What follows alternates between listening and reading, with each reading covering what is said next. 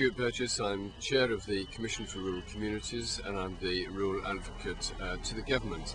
And I'm here in Morpeth today to see the aftermath of the terrible flooding that has actually taken place here in this lovely market town. And when I arrived, I was immediately taken to see a number of people.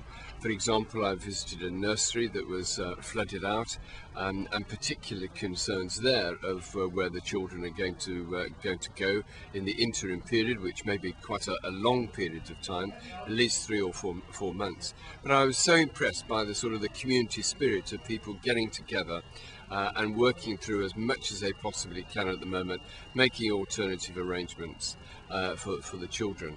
And then I visited a couple of homes, a home where an 81-year-old has had to move out, and the granddaughter is with her partner cleaning up the house, and again, you know, a resilience there that is absolutely fantastic. And then on a third visit, I went to see a couple again in their 80s, where the floodwater was right up, it's ruined the whole of their downstairs, and they're having to move out.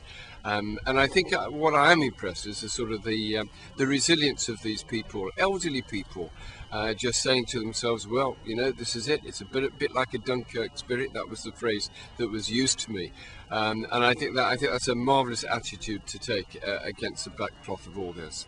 Now, the reason why I'm here is not only to meet people, which is, I believe, very, very important, but also to try to pick up some of the messages that I can take back to some government ministers, and hopefully to the Prime Minister himself.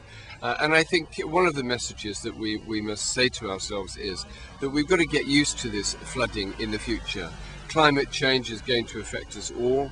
And I think that what we need to do is that the local authority have been fantastic, and I met some of the local authority people here today, but there has to be a greater thinking through of the infrastructure of how we can avoid the flooding in people's homes in the future. What are some of the simple things we can do? Moving electricity cables, for example, up the wall rather than having it at the bottom of the wall. But even more than that, to make sure that here in Morpeth, this lovely market town, is not affected again. So I'm gathering those messages today, and I shall harbour those messages and make sure that government's here.